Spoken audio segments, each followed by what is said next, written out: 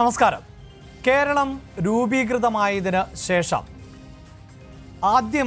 ചരിത്രത്തിൽ തന്നെ ആദ്യമായാണ് പ്രതിപക്ഷത്തിന് കോൺഗ്രസിന് 10 വർഷത്തോളം തുടർച്ചയായി തുടരേണ്ടി വന്നത്.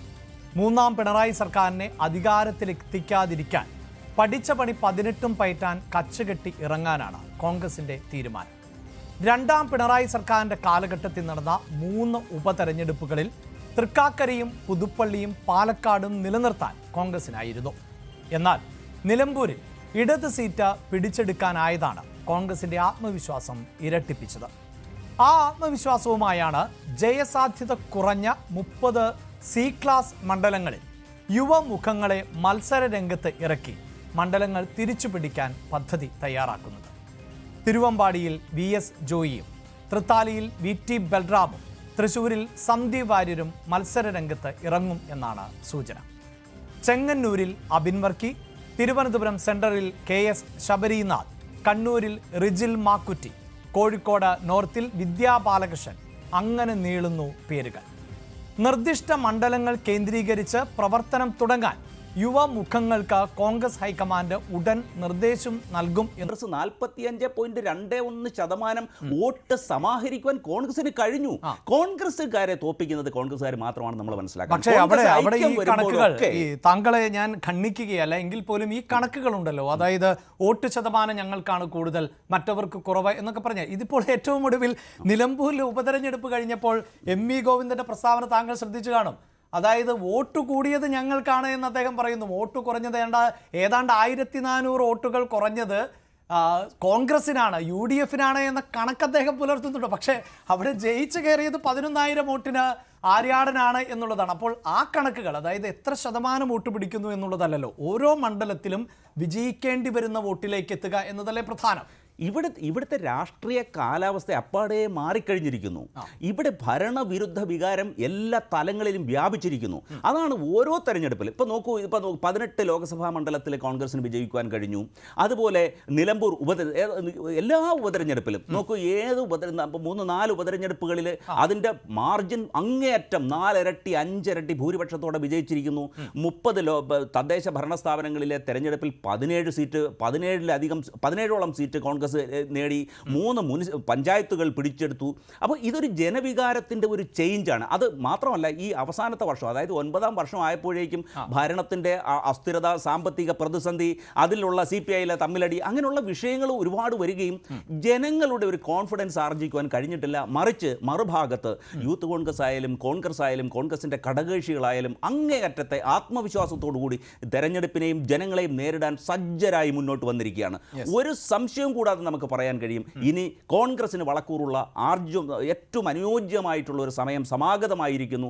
ഇത് യോജിപ്പോടെ ഐക്യത്തോടെ മുന്നോട്ട് പോകുമ്പോൾ ബഹുമാന്യനായ ശ്രീ VD സതീശൻ അദ്ദേഹം സൂചിപ്പിക്കുന്ന പോലെ 100-ലധികം സീറ്റുകളോടെ കോൺഗ്രസിന് അധികാരത്തിൽ വരാൻ കഴിയും. ആ ഒരു രാഷ്ട്രീയ കാലാവസ്ഥയാണ് ഇന്ന് കേരളത്തിൽ നിലനിൽക്കുന്നത് എന്ന് നിസ്സംശയം നമുക്ക് പറയാൻ കഴിയും. നമുക്ക് ഈ സ്ഥാനാർത്ഥികളുടെ വിശദാംശങ്ങളിലേക്ക് വരുന്നതിന് മുമ്പ് ഞാൻ ജേക്കബ് ജോർജ് സാറിലേക്ക് പോവുകയാണ്. സാർ, ഇതിൽ ആദ്യമേ തന്നെ പറയട്ടെ, ഈ ചർച്ചയിൽ കോൺഗ്രസിൻ്റെ ഔദ്യോഗികമായ പ്രതിനിധികൾ ഇല്ല എന്ന് നമുക്ക് പറയേണ്ടി വരുന്നുണ്ട്. കാരണം അവർ സാധാരണ നിലയിൽ ചാനൽ ചർച്ചകളിൽ മീഡിയ വക്താക്കളെ അടക്കം നൽകുന്നതാണ്. പക്ഷേ ഈ വാർത്ത പുറത്തു വന്നതിന് ശേഷം ഈ വാർത്ത നിഷേധിക്കാൻ തയ്യാറാകുന്നില്ല. ഒരുപക്ഷെ ഈ ചർച്ചയിൽ അവരുടെ പ്രതിനിധി പങ്കെടുത്ത് ഇത് നിഷേധിക്കും എന്നെങ്കിലും നമുക്ക് പ്രതീക്ഷിക്കാമായിരുന്നു. പക്ഷേ അങ്ങനെയല്ല. അപ്പോൾ ഞങ്ങൾ നൽകുന്ന വാർത്തയെ ന്യൂസ് 18 വ്യക്തമായ സോഴ്സിൽ നിന്ന് ശേഖരിച്ച പേരുകൾ, ആ പേരുകൾ പുറത്തുവിടുന്നു, അവരുടെ ചിത്രങ്ങൾ സഹിതം. അവർ ഏതൊക്കെ മണ്ഡലങ്ങളിലേക്കാണ് ഈ പേരുകൾ പരിഗണിക്കപ്പെടുന്നത് എന്നതുൾപ്പെടെയുള്ള ഡേറ്റകളാണ് പുറത്തുവിടുന്നത്. അതിൽ ചില പേരുകൾ എങ്കിലും ഒരു പക്ഷേ നമുക്ക് കൗതുകമായി തോന്നിയേക്കാം. കാരണം മറ്റ്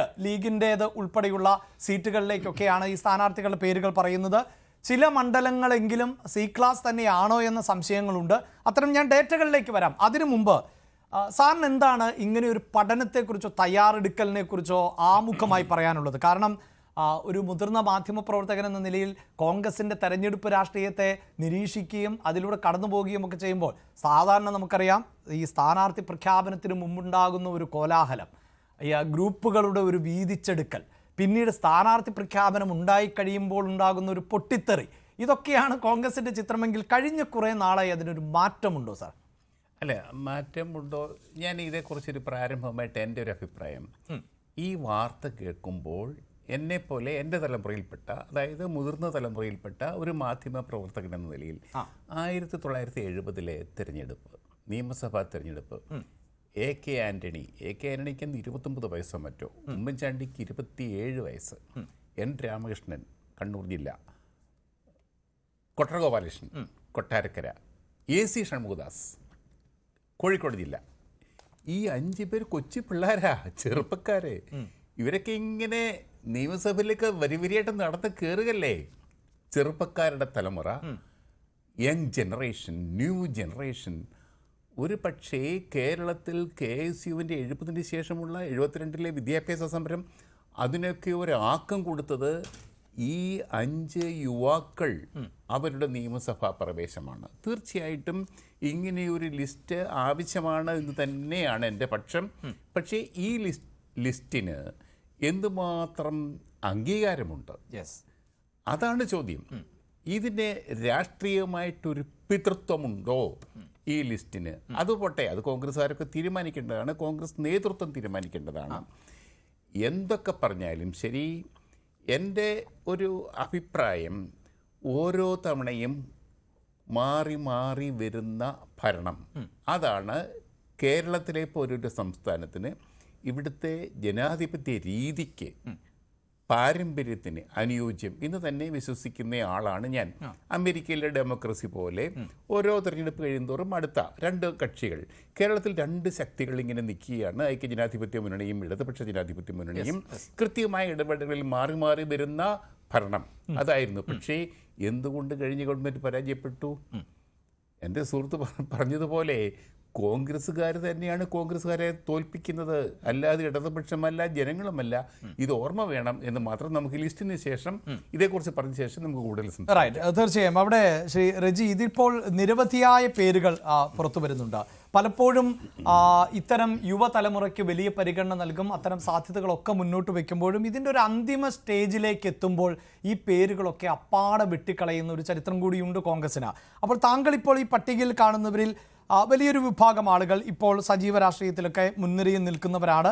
ചിലർ മറ്റു പാളയത്തിൽ നിന്ന് എത്തിയവർ ആണ്. ഇപ്പോൾ സന്ദീപ് വാര്യരെ പോലെയുള്ള ആളുകൾ മറ്റ് രാഷ്ട്രീയ പ്രസ്ഥാനത്തിൽ BJPയിലൊക്കെ ശോഭിച്ചു നിന്ന ആളാണ്. പ്രത്യേക രാഷ്ട്രീയ സാഹചര്യത്തിൽ ഇപ്പുറത്തേക്ക് വരുന്നു.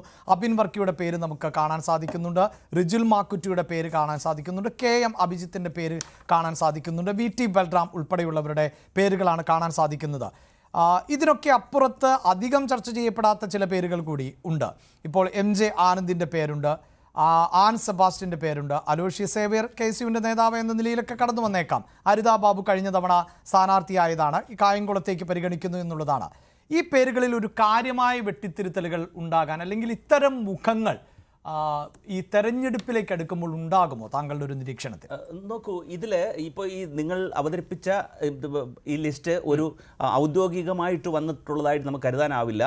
ഡാൻ കുര്യൻ്റെ റിപ്പോർട്ടിനെ നമ്മൾ ആ ലിസ്റ്റ് നോക്കുമ്പോൾ അതിനകത്ത് ചില അപാകതകൾ, അതായത് ചില വൈരുദ്ധ്യങ്ങളെ കാണാൻ കഴിയുന്നു. ഇപ്പോൾ ഉദാഹരണമായിട്ട് തിരുവമ്പാടി തൃത്താലയിൽ VT ബൽറാം ഓൾറെഡി അദ്ദേഹം 2 തവണ മത്സരിച്ച് അവിടെ MLA ആയതാണ്. അതുപോലെ തൃശ്ശൂർ വളരെ ഏതാണ്ട് 1000-ന് താഴെ വോട്ടുകൾക്ക് മാത്രം പരാജയപ്പെട്ട ഒരു കോൺസ്റ്റിറ്റ്യുവൻസിയാണ്. അതൊന്നും C ക്ലാസ് മണ്ഡലത്തിൽ പെരുന്നതല്ല. ഇനി മാത്രമല്ല, ഇനി ഈ യുവതലമുറ ഇപ്പോൾ ഈ ഇവിടെ സൂചിപ്പിച്ചതുപോലെ ഈ യുവജനങ്ങളുടെ നിരയെ ജനങ്ങൾ കണ്ട് അവരെ ഫെമിലറൈസ് ചെയ്ത് അവർക്ക് മനസ്സിലാക്കാൻ, തിരിച്ചറിയുവാൻ കഴിയുന്ന മുഖങ്ങളുള്ള ധാരാളം യൂത്ത് കോൺഗ്രസിൻ്റെ നേതാക്കന്മാർ ഈ ലിസ്റ്റിൽ പെട്ടവരും അതുകൂടാതെ ഉള്ളവരുമുണ്ട്. ഇപ്പോൾ ഉദാഹരണമായിട്ട് നോക്കൂ, ഈ ചാനൽ ചർച്ചകളിലൂടെയൊക്കെ ജനങ്ങളുമായിട്ട് കൂടുതൽ ആഭിമുഖ്യം അല്ലെങ്കിൽ പെട്ടെന്ന് ഫെമിലിയർ ആവുന്ന മുഖമുണ്ട്. നോക്കൂ, അഡ്വക്കേറ്റ് വസന്ത് സിരേക്ക് തെങ്ങുംപള്ളി, അതുപോലെ നമ്മൾ ഈ ആറന്മുള മണ്ഡലത്തിലുള്ള എന്താണ് ഒരു ഹിന്ദു, എവിടെയാണ്? പൂഞ്ഞാറാണോ? എവിടെയാണ്? പൂഞ്ഞാർ മണ്ഡലം എന്ന് പറഞ്ഞാൽ അവിടെ ജനകീയ മുഖമാണ് എന്ന് മാത്രമല്ല, കോൺഗ്രസിനെ സംബന്ധിച്ച് അതിൻ്റെയൊക്കെ ഒരു മുഖമായിട്ട് പൊതുജനങ്ങളുമായിട്ട് സംവദിക്കുവാനും ജനത്തിന്റെ ഞങ്ങളുടെ പട്ടികയിലില്ലാത്ത ചില പേരുകൾ കൂടിയൊക്കെ റെജി ചേർത്ത് വെക്കുമ്പോൾ അപ്പോൾ ഇത്തരം നീക്കങ്ങളൊക്കെ കോൺഗ്രസിൽ നടക്കുന്നു എന്നത് വസ്തുതാപരമാണല്ലേ? ഒരു കാര്യം ഞാൻ പറയട്ടെ, കോൺഗ്രസ് ഒരു 8 കക്ഷികൾ അടങ്ങിയ ഒരു UDF സംവിധാനത്തിന്റെ ഭാഗമാണ്. കഴിഞ്ഞ തവണ ഏതാണ്ട് 95ഓളം സീറ്റുകൾ സീറ്റുകളിലാണ് അവർക്ക് മത്സരിക്കാൻ കഴിഞ്ഞത്. ഈ സീറ്റ് ഷെയറിംഗ് ഒക്കെ വരുമ്പോൾ ഘടകകക്ഷികളുമായി ആലോചിച്ച് മാത്രമേ സീറ്റിന്റെ ഒരു വിഭജനം നടത്താൻ കഴിയൂ. അപ്പോൾ അങ്ങനെ വരുമ്പോൾ ഈ കോൺഗ്രസിന്റെ സീറ്റുകൾ ഇപ്പോൾ തന്നെ 40 സീറ്റ് 41 ആണ് ആകെ UDFന്റെ, അതിൽ 21 കോൺഗ്രസിന് ഉള്ളത്. അപ്പോൾ ഇത് താരതമ്യേന വർദ്ധിപ്പിക്കുവാൻ കഴിഞ്ഞാൽ നിശ്ചയമായിട്ടും കോൺഗ്രസിന് ഭരണം കിട്ടും എന്നുള്ള കാര്യത്തിൽ ഒരു തർക്കവുമില്ല. ഇവിടെ ഈ ഘടകകക്ഷികളുമായിട്ടുള്ള സീറ്റ് ഷെയറിംഗ് വരുമ്പോൾ ഏതൊക്കെ സീറ്റുകളാണ് കോൺഗ്രസിന് ലഭിക്കുന്നതെന്നൊക്കെ നോക്കണം. ഇവിടെ തന്നെ നിങ്ങളുടെ ലിസ്റ്റിൽ പറഞ്ഞിരിക്കുന്നത് ചിലത് IUMLന്റെ ലിസ്റ്റാണ്. അപ്പോൾ ഇപ്പോൾ പുനലൂർ ഏറ്റവും അനുയോജ്യനായിട്ടുള്ള ഒരു ജനപ്രിയനായിട്ടുള്ള സഞ്ജയ് ഖാൻ എന്ന് പറയുന്ന അവിടുത്തെ യുവജനങ്ങളുടെ ഒരു ഹരമാണ്. അപ്പോൾ അവരെയൊക്കെ അപ്പോൾ IUMLന്റെ സീറ്റാണ്, അവരുമായിട്ടൊരു ആശയവിനിമയം നടത്തിയിട്ട് അത് കോൺഗ്രസിന് നൽകാൻ കഴിയുന്നു. നോക്കൂ, വിജയസാധ്യതയുള്ള, ഞാൻ നേരത്തെ പറഞ്ഞതുപോലെ പൂഞ്ഞാർ സീറ്റ് വിജയസാധ്യതയുള്ളതാണ്. അവിടെ ത്രികോണ മത്സരമാണ് കഴിഞ്ഞ പ്രാവശ്യം നടന്നത്. അവിടെ വസന്ത് ശ്രീക്ക് തെങ്ങമ്പള്ളിയെ പോലെയൊക്കെ ഉള്ളവരെ അവിടെ സ്ഥാനാർത്ഥിയായി നിർത്തി കഴിഞ്ഞാൽ ഡെഫിനറ്റ് ആയിട്ട് അവിടെ വിജയിക്കാൻ കഴിയും. അതുപോലുള്ള കുറേ ആറന്മുളയിൽ നോക്കൂ, ഇപ്പോൾ ആരോഗ്യവകുപ്പ് മന്ത്രിക്കെതിരെ ശക്തമായ ജനവികാരം നിൽക്കുമ്പോൾ അവിടെ ഈ ഇന്ദുചൂടിനെ പോലെ ഉള്ളവരെ അവിടെ നിലനിർത്തി കഴിഞ്ഞാൽ അവർ നോക്കൂ സോഷ്യൽ മീഡിയ വഴിയും ഒക്കെ ജനങ്ങളുമായിട്ട് ചേർന്ന് നിൽക്കുന്നവരാണ്. ഇപ്പോൾ ഈ നിങ്ങളുടെ ലിസ്റ്റിൽ പറയുന്നവരൊക്കെ തന്നെ അവരെല്ലാം അർഹരാണ്, അവർ ജനപ്രിയരാണ്. ജിൻഡോയൊക്കെ നോക്കൂ, നമ്മുടെ എന്താണ് ചാനൽ ചർച്ചകളിൽ കോൺഗ്രസിൻ്റെ ആശയങ്ങളെയെല്ലാം ജനങ്ങൾക്ക് മുമ്പാകെ അവതരിപ്പിക്കുന്നു, KSUവിൻ്റെ നേതാക്കൾ അവതരിപ്പിക്കുന്നു. ഇതിലൊക്കെ നമ്മൾ അവിടെയും കോതമംഗലത്താണ് ജിൻഡോയുടെ പേര് എന്നുള്ളതാണ്. അവിടെയും ഈ കേരള കോൺഗ്രസിനെ സംബന്ധിച്ചിടത്തോളം എതിരഭിപ്രായങ്ങൾ ഉണ്ടാകുമോ എന്നത് അറിയേണ്ടതുണ്ട്. അപ്പോൾ ഇതെവിടേക്ക് വെച്ചു മാറും എന്നതുമൊക്കെ വളരെ പ്രധാനപ്പെട്ടതാണ്. അതെ, ഈ 140 മണ്ഡലങ്ങളിൽ അവസാന ഘട്ടത്തിലേക്ക് വരുമ്പോൾ ഈ സീറ്റ് ഷെയറിംഗ് ഒരു വലിയ പ്രശ്നമാണ്. കഴിഞ്ഞ പ്രാവശ്യം IUML 27 സീറ്റിലാണ് മത്സരിച്ചതെന്ന് നമ്മൾ മനസ്സിലാക്കണം. അപ്പോൾ അവരുടെ ഏതൊക്കെ സീറ്റാണ് വിജയസാധ്യത? അപ്പോൾ ഇത്തവണത്തെ ഒരു പ്രത്യേകത എന്ന് പറഞ്ഞാൽ നമ്മൾ 100 സീറ്റിലേക്ക് UDF ലക്ഷ്യം വെച്ചുകൊണ്ടാണ് പ്രവർത്തിക്കുന്നത്.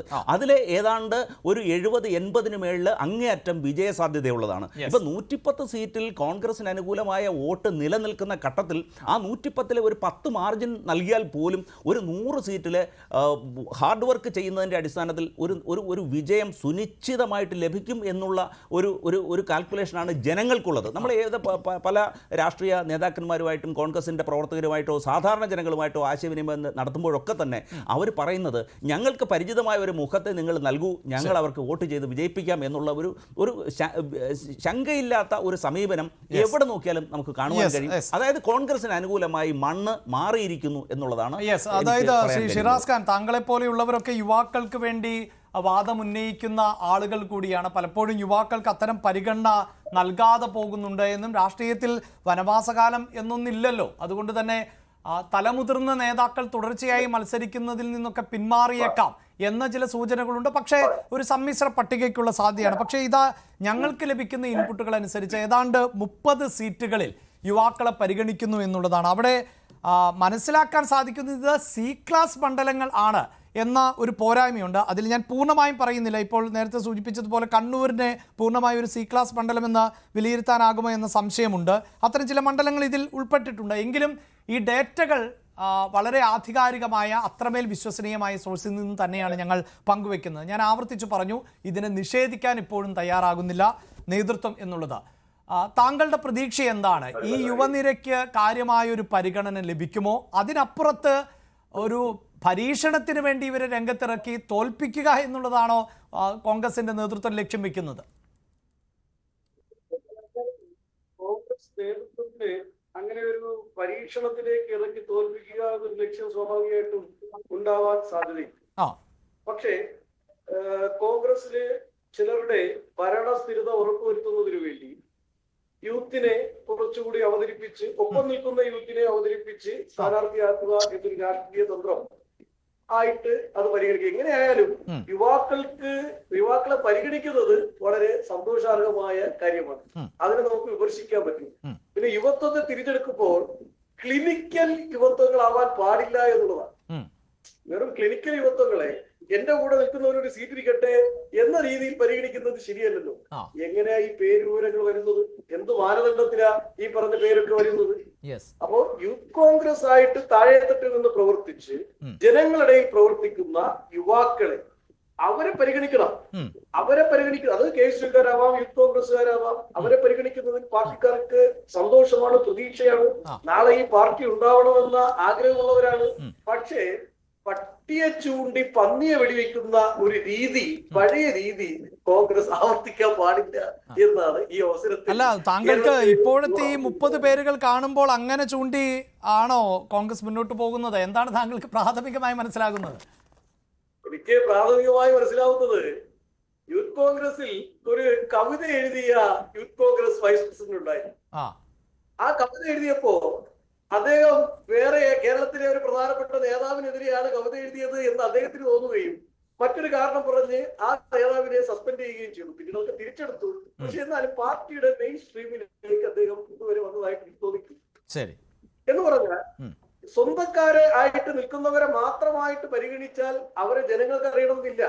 ഇപ്പൊ ചാനൽ ചർച്ചയിൽ മാത്രം പങ്കെടുത്താൽ പോരല്ലോ, താഴെത്തട്ടിലൂടെ പ്രവർത്തിക്കട്ടെ. അപ്പൊ ഈ സ്ഥാനാർത്ഥിത്വമായിട്ട് പരിഗണിക്കപ്പെടുന്നത് ഇപ്പൊ ഇവിടെ C class, A class, B class എന്നൊന്നും പറഞ്ഞിട്ട് ഒരു മണ്ഡലങ്ങളില്ല. നന്നായി പ്രവർത്തിച്ചാൽ അങ്ങനെ നമുക്ക്, അതായത് ഞാൻ താങ്കളെ എതിർക്കുമ്പോൾ നമുക്കറിയാമല്ലോ, ഈ കാലം മാറുന്നതിനനുസരിച്ച് രാഷ്ട്രീയവും അതിന്റെ രീതിശാസ്ത്രങ്ങളും ഒക്കെ മാറില്ല. ഇപ്പോൾ BJP ഇന്ത്യയിൽ ഭരണമുറപ്പിക്കാൻ പലപ്പോഴും അവരങ്ങനെയാണ്. അവർ ക്ലാസ് തിരിക്കുന്നു, അവർക്ക് സാധ്യതയുള്ള മണ്ഡലങ്ങൾ തിരിക്കുന്നു, അവിടെ പ്രചാരണം ഫോക്കസ് ചെയ്യുന്നു. അങ്ങനെയൊരു ലക്ഷ്യം മുൻനിർത്തിയാണ് അവരുടെ പ്രവർത്തനങ്ങൾ. അപ്പോൾ കോൺഗ്രസും അങ്ങനെ മാറുന്നതിന് നമുക്ക് തള്ളിക്കളയേണ്ടതുണ്ടോ? പക്ഷെ താങ്കൾ ഈ പറഞ്ഞതിൽ ഇപ്പോൾ ഈ ഒരു കാലത്ത് പറയുമായിരുന്നല്ലോ, പെട്ടി ചുമക്കുന്നവർക്ക് മാത്രമേ സീറ്റുള്ളൂ എന്ന് പറയുന്നത് പോലെ, ഇതിപ്പോൾ ആരുടെ പെട്ടി ചുമന്നാലാണ് സീറ്റ് എന്നുള്ളൊരു സാഹചര്യം കൂടി ഇല്ലേ ശ്രീ ഈ ഇപ്പോഴത്തെ സാഹചര്യത്തിൽ ശ്രീ ഷിറാസ്? ഇപ്പൊ പെട്ടി ചുമക്കണ്ട അങ്ങനെ ഒരു സൗകര്യം ഇപ്പൊ ഉണ്ടായിട്ടുണ്ട്. പകരം ചില ഡിജിറ്റൽ മീഡിയ ചുമന്നാൽ മാത്രം മതി, അതും ചിലർക്ക് വേണ്ടിയിട്ട് പോസ്റ്റ് എഴുതിയാൽ മാത്രം മതി എന്നൊരു സാഹചര്യം അതവിടെ നിൽക്കട്ടെ. അതായത് സൈബർ പോരാളികളായാൽ മതി. സൈബർ പോരാളികളായാൽ മതി. അത് ഏത് പാർട്ടിയിൽ നിന്ന് വന്നാലും കുഴപ്പമില്ല. ഗോഡ്സെ കണ്ടാൽ പറയും ഗാന്ധിജിയെ ഒരിക്കൽ വെടിവെച്ചു, കുഴപ്പമില്ല, ഇനി വെടിവെക്കാതിരുന്നാൽ മതി എന്ന് പറഞ്ഞാൽ യഥാർത്ഥ കോൺഗ്രസ് അത് സന്ദീപ് വാര്യരെ പോലെയുള്ളവരെ ഇപ്പോഴും അങ്ങ് ഉൾക്കൊള്ളാൻ പറ്റുന്നില്ലായിരിക്കും അല്ലെ? അങ്ങനെയല്ല, കോൺഗ്രസ് എല്ലാവരെയും ഉൾക്കൊള്ളുന്നവരാണല്ലോ. പക്ഷെ കോൺഗ്രസിന് BJP ചെയ്യും പോലെ ചെയ്യാൻ പറ്റുമോ? CPM ചെയ്യും പോലെ ചെയ്യാൻ പറ്റുമോ? കോൺഗ്രസ് ഒരു ചരിത്ര പാരമ്പര്യമുള്ള ഒരു ദേശീയ കമ്മിറ്റ്മെന്റ് ഉള്ള ഒരു പാർട്ടിയല്ലേ. അപ്പോ ഇവിടെ നിങ്ങൾ ഒരു കാര്യം മനസ്സിലാക്കാനുള്ളത്, ഇവിടുത്തെ ഒരു പൊളിറ്റിക്കൽ എഞ്ചിനീയറിംഗ് എന്തിനാണ്? ഒരു മുസ്ലിങ്ങൾ കൂടുതലുള്ള പ്രദേശത്ത് മുസ്ലിം സ്ഥാനാർത്ഥിയെ നിർത്തുക, ഈഴവ കമ്മ്യൂണിറ്റി കൂടുതലുള്ള സ്ഥാനത്ത് ഈഴവ സ്ഥാനാർത്ഥിയെ നിർത്തുക. ഇവിടെ വേണ്ടത് മുന്നണികൾ ഒരു പൊതുധാരണയിലെത്തണം. നമ്മുടെ സെക്യുലറിസ്റ്റ് കൺസെപ്റ്റ് യാഥാർത്ഥ്യമാക്കുവാൻ വേണ്ടിയിട്ട് മതപരവും സാമുദായികപരമായിട്ടുള്ള പരിഗണനകൾ ഇല്ലാതെ സ്ഥാനാർത്ഥികളെ നിർത്തുവാൻ ഇരു മുന്നണികളും തയ്യാറാകണം. ആ പരിഗണനയുടെ പുറത്തേക്ക് സീറ്റ് വേണ്ട എന്ന് പറയുവാൻ തയ്യാറാകുന്ന യുവാക്കളെ അംഗീകരിക്കുവാൻ ജനങ്ങളും പാർട്ടിയും തയ്യാറാണ്. അല്ല, എനിക്കും ഈ പട്ടിക കാണുമ്പോൾ പക്ഷെ താങ്കൾ പറഞ്ഞതുപോലുള്ള ചില മാറ്റങ്ങൾ ഉണ്ടോ എന്ന സംശയമുണ്ട്. സാധാരണ നിലയിൽ ഈ സാമുദായിക സമവാക്യങ്ങൾ കൂടിയൊക്കെ കടന്നു വരേണ്ട ചില മണ്ഡലങ്ങൾ, ഇപ്പോൾ കണ്ണൂരിൽ റിജുൽ മാക്കുറ്റിയുടെ പേര് കാണുമ്പോഴും കൊയിലാണ്ടിയിൽ KM അഭിജിത്തിന്റെ പേര് കാണുമ്പോഴും ഒക്കെ എനിക്കത്തരം സംശയങ്ങളുണ്ട്. ഞാൻ താങ്കളിലേക്ക് വരാം. അതിനു മുമ്പ് ശ്രീ റെജി ലൂക്കോസ്, എന്തായാലും തുടർച്ചയായി അധികാരത്തിൽ ഏറാൻ പറ്റിയ പിണറായി സർക്കാരിനെ അടുത്ത തവണയെങ്കിലും താഴെയിറക്കണം എന്നത് കോൺഗ്രസിനെ സംബന്ധിച്ചിടത്തോളം അവരുടെ ഒരു ലക്ഷ്യമാണ്, പ്രഖ്യാപിത ലക്ഷ്യമാണ്. അതിന് ആത്മവിശ്വാസം നൽകുന്ന തരത്തിലുള്ള തെരഞ്ഞെടുപ്പ് ഫലങ്ങളാണ് ഉപതെരഞ്ഞെടുപ്പുകളിലും ഉണ്ടായിട്ടുള്ളത്. ഏറ്റവും ഒടുവിൽ നിലമ്പൂരിലെ കണക്കുകളടക്കം പരിശോധിക്കുമ്പോൾ ആ ഒരു ആത്മവിശ്വാസത്തിന്റെ പുറത്ത് ഇപ്പോൾ സൂചിപ്പിക്കുന്ന പോലെ 100-ലധികം സീറ്റുകളെങ്കിലും എന്ന വിശ്വാസത്തോട് പോകുമ്പോൾ ഇതാ യുവാക്കൾക്ക് കൂടി പരിഗണന നൽകിക്കൊണ്ട് അവരെ കൂടി കളത്തിലിറക്കി ഒരു പോരാട്ടത്തിന് കോൺഗ്രസ് തയ്യാറെടുക്കുന്നുവെന്നാണ് മനസ്സിലാക്കാൻ പറ്റുന്നത്. എങ്ങനെയാണ് താങ്കൾ അതിനെ വിലയിരുത്തുന്നത്? അല്ല, സ്വാഗതാർഹമായിട്ടുള്ള ഒരു തീരുമാനമാണ് കോൺഗ്രസിന്റേത്. കാരണം കടൽക്കിഴവന്മാരെ മാറ്റി ചെറുപ്പക്കാരെ പരീക്ഷിക്കുന്ന നല്ല ഒരു തീരുമാനം. പക്ഷെ ജനങ്ങൾ ജയിപ്പിക്കട്ടെ. 2-3 ഉദാഹരണങ്ങൾ പറയാം. ഇപ്പൊ ഡാൻകുരിൻ പുറത്തുവിട്ട ആ ബ്രേക്കിംഗ് വാർത്ത എന്ന് കേരളത്തിൽ വലിയ രീതിയിൽ ചർച്ച ചെയ്യപ്പെടുന്നുണ്ട്. ഡാൻ ഒരു കൃത്യതയില്ലാതെ ഒരു വാർത്ത പുറത്തുവിടുന്ന ഒരു വ്യക്തിയല്ല, അത്രയും കൃത്യമായിട്ട് രീതിയിൽ വാർത്തകൾ കൊടുക്കുന്ന ഒരാളാണ്. എനിക്ക് അക്കാര്യത്തിൽ ഡാനോട് ഭയങ്കര താല്പര്യമുണ്ട്. അപ്പൊ അതിൽ നിന്ന് നമ്മൾ മനസ്സിലാക്കേണ്ട, ഒരു അന്യസംസ്ഥാന തൊഴിലാളി കനകോലു കേരളത്തിലെ ആരൊക്കെ മത്സരിക്കണം അതിനകത്ത് 30ഓളം ചെറുപ്പക്കാരുടെ ലിസ്റ്റ് കൊടുത്തു. ഇനി അത് അംഗീകരിക്കാതിരിക്കാൻ യാതൊരു മാർഗമില്ല. കാരണം കനകോലിനെ നിയന്ത്രിക്കുന്നത് നമ്മൾ അന്യസംസ്ഥാന തൊഴിലാളി എന്നൊക്കെ പറഞ്ഞാൽ മതിയോ? അദ്ദേഹം ഒരു തെരഞ്ഞെടുപ്പ് വിദഗ്ധനല്ലേ? അപ്പൊ ഫ്രീ ആയിട്ടാണ് സേവനം ചെയ്യുന്നത്. ഇവിടെ കോൺഗ്രസ് വേണ്ടി ജോലി ചെയ്യുന്ന ഒരു തൊഴിലാളിയാണ് അയാള്. അല്ലെന്ന് നിങ്ങൾക്ക് പറയാൻ പറ്റുമോ? ഞാൻ പറഞ്ഞ വാക്കിനകത്ത് എന്താ? ഇപ്പൊ നിലവില് പാർട്ടിയും ഒക്കെ ആയി മുന്നോട്ട് പോകുന്നുണ്ട്. അല്ല, അവരെ കോടിക്കണക്കിന് രൂപ മേടിച്ചിട്ടാണ് ഈ ഇതെല്ലാം സർവേ നടത്തുന്നത്. അത് ജോലിയല്ലേ? അപ്പൊ പിന്നെ അദ്ദേഹത്തിന് തൊഴിൽ ചെയ്യുന്ന അത് സ്വാഭാവികമായിട്ട് അതല്ല കറക്റ്റ്. ആ ഗതികേട്ടിലാണ് ഇപ്പൊ കോൺഗ്രസ്. ഞാൻ പറഞ്ഞത് പൂർത്തിയിരിക്കട്ടെ, എനിക്ക് അല്പം സമയം തരും, ഇവിടെ ഒത്തിരി സമയമല്ലോ മറ്റുള്ളവർ സംസാരിക്കാൻ പറഞ്ഞിട്ട്. ഇപ്പൊ ഉദാഹരണത്തിന് അവരുടെ ചില സ്ഥാനാർത്ഥികളുടെ ലിസ്റ്റ് ഞാനും വായിച്ചു, ഞാനത് കൃത്യമായിട്ടും ഫോളോ ചെയ്ത ഒരാളാണ്, ന്യൂസ് സൈറ്റിൽ. അതിനകത്ത് എനിക്ക് ഒരുപാട് കൗതുകം തോന്നുന്നുണ്ട്. കാരണം ഒന്നാമത് തന്നെ ഇവിടുത്തെ നേതാക്കന്മാര് ഇനിയിപ്പോ നാളെ വെടിക്കെട്ട് തുടങ്ങി, ഇപ്പൊ തന്നെ അതിനകത്ത് അടി തുടങ്ങി കഴിഞ്ഞു. ഒരു ഉദാഹരണം ഞാൻ പറയാം. തിരുവല്ല സീറ്റ് എന്ന് പറയുന്നത് ഇപ്പോൾ നിലവിലുള്ളത് മാത്യു ടി തോമസ് എന്ന് പറയുന്ന ജനകീയനായ മനുഷ്യരോടൊപ്പം നിൽക്കുന്ന, അവരുടെ ഭാഷയിൽ സംസാരിക്കുന്ന, തിരുവല്ല മണ്ഡലത്തിലെ ഉള്ളങ്കയിൽ എത്തിയിരിക്കുന്ന മാത്യു ടി തോമസ് ആണ് അടുത്ത തവണ മത്സരിക്കുന്നതെങ്കിൽ എങ്ങനെയാണ് ഈ അബിൻ വർക്കി അവിടെ ലാൻഡ് ചെയ്യിപ്പിക്കുന്നത്? ഈ അബിൻ വർക്കി എന്ന് പറയുന്ന ആൾ ദേശാടനപക്ഷമായിട്ട് വരുന്ന ഒരാളാണ്. അദ്ദേഹം അവിടുത്തെ ഒരു മാർത്തോമ സഭയിൽ, അതായത് ഞാൻ ക്ഷമിക്കുന്നത് മാത്യു ടി തോമസിന്റെ മാർത്തോമ സഭ അംഗവും, ഞാൻ ജാതി പറയുന്നതല്ല, അവരുടെ വീക്ഷണം കൊണ്ട് ഞാൻ പറയുന്ന കോൺഗ്രസ് അതെല്ലാം നോക്കിയുള്ള ആളെ വരുന്നത്. മൂവാറ്റുപുഴക്കാരനായ അബിൻ വർക്കി, മൂവാറ്റുപുഴ കോലഞ്ചേരി സ്വദേശിയായ അബിൻ വർക്കി മൂവാറ്റുപുഴ മത്സരിക്കാതെ കൊണ്ട് ഈ പറയുന്ന തിരുവല്ലയിൽ മത്സരിച്ചു കഴിഞ്ഞാൽ, അല്ല ക്ഷമിക്കണം, ഞാൻ തിരുവല്ലയിൽ ചെങ്ങന്നൂരിൽ അല്ലല്ല, ഞാൻ ബി എസ് ജോയിലേക്ക് വന്നിട്ട് ഞാൻ ചെങ്ങന്നൂരിലേക്ക് എനിക്ക് ക്ഷമിക്കണം, അത് തെറ്റുപറ്റി. ബി എസ് ജോയി നിലമ്പൂരിൽ നിന്ന് 150 കിലോമീറ്റർ അകലെ, ആരും അറിയപ്പെടാത്ത, ഇപ്പൊ ഈ ഇലക്ഷനോട് കൂടി അദ്ദേഹത്തെ അറിയപ്പെട്ടിരുന്നത് ഒരു ബന്ധപ്പെട്ട കമ്മ്യൂണിറ്റിയിൽപ്പെട്ട അദ്ദേഹം ഈ മാത്യു ടി തോമസിനെതിരെ മത്സരിച്ച് ജയിക്കുക എന്ന് പറഞ്ഞിട്ടുണ്ടെങ്കിൽ അദ്ദേഹത്തിന് രാഷ്ട്രീയ ഭാവി കൊലയ്ക്കാനായിട്ട് ചെയ്ത തീരുമാനം. രണ്ടാമത്തെ കാര്യം, അദ്ദേഹത്തിന് നിലമ്പൂർ സീറ്റ് കൊടുക്കാമെന്ന് വ്യാമോഹിപ്പിച്ച് വഞ്ചിച്ചു ചരിത്രമുണ്ട്. വീണ്ടും മറ്റുള്ളവർക്ക് ഭീഷണി ആയിരിക്കുമ്പോഴുള്ള അദ്ദേഹത്തിന്റെ രാഷ്ട്രീയ ഭാവി തറക്കാനായിട്ട് ഒരു 30,000 വോട്ടിന് അദ്ദേഹം അവിടെ തോറ്റു. ഞാനൊന്ന് ഇടപെട്ട് ചോദിക്കുന്നത്, ഇപ്പോൾ ഈ തിരുവമ്പാടി ഉറപ്പൊന്നും എനിക്കും നമ്മളും സൂചിപ്പിക്കുന്നില്ല, പക്ഷേ വി എസ് ജോയിക്ക് കൃത്യമായ ഒരു അക്കോമഡേഷൻ നൽകാതിരിക്കുമോ നിലമ്പൂരിന് ശേഷം? ഒന്നത്. രണ്ട്, താങ്കൾ ഈ പറയുന്നത് പോലെ ഇതിനു മുമ്പ് പാലക്കാട് നടന്ന ഉപതെരഞ്ഞെടുപ്പിലേക്ക് രാഹുൽ മാങ്കൂട്ടത്തിൽ എത്തുമ്പോഴും രാഹുലും ഒരു പരിധിവരെ കെട്ടിയിറക്കപ്പെട്ട സ്ഥാനാർത്ഥി എന്ന് അവിടുത്തെ കോൺഗ്രസിനകത്ത് പോലും ഒരു അഭിപ്രായം ഉണ്ടായിരുന്നു എന്ന് തോന്നുന്നു. പക്ഷേ രാഹുൽ മാങ്കൂട്ടത്തിൽ വിജയിച്ചു കയറി. നമ്മളും സൂചിപ്പിക്കുന്നില്ല, പക്ഷേ വി എസ് ജോയിക്ക് കൃത്യമായ ഒരു അക്കോമഡേഷൻ നൽകാതിരിക്കുമോ നിലമ്പൂരിന് ശേഷം? ഒന്നത്. അവിടെ ടെലിവിഷൻ ഓഡിയോ വെച്ചിട്ടുണ്ട് എന്ന് തോന്നുന്നു. പറയൂ. ഉപതെരഞ്ഞെടുപ്പിലേക്ക് രാഹുൽ മാങ്കൂട്ടത്തിൽ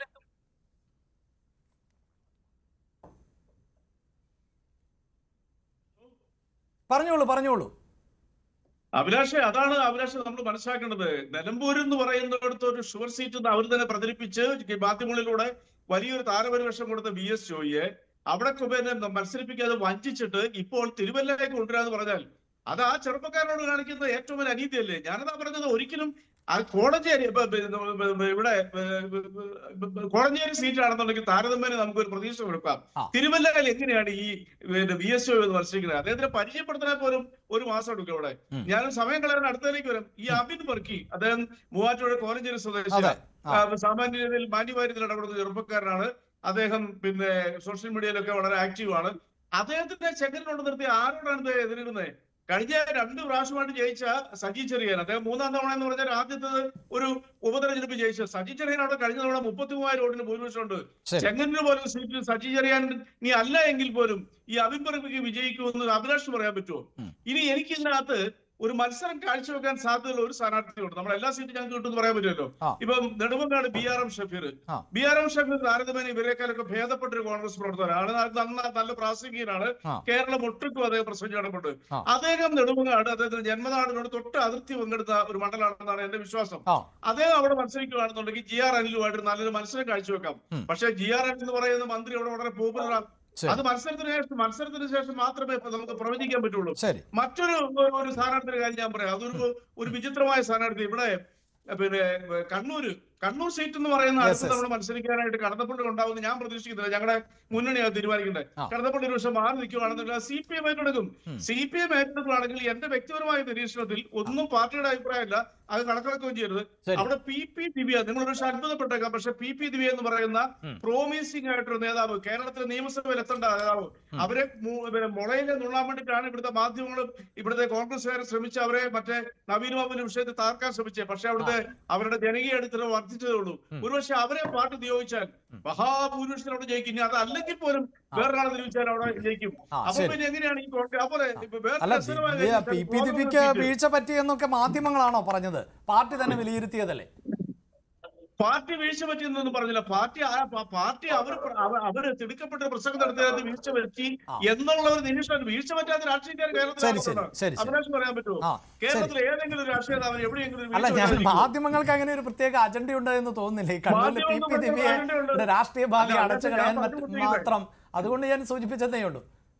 അഭിലാഷെ PP ദിനയുടെ വിഷയത്തിന്റെ അന്ന് മുതൽ 1 മന്ത് ഡെയിലി ചാനൽ ചർച്ചയിൽ പങ്കെടുത്ത ആളാണ് ഞാൻ. അതെ അതെ, എനിക്ക് അതിന്റെ മുഴുവൻ വശങ്ങളും അറിയാം.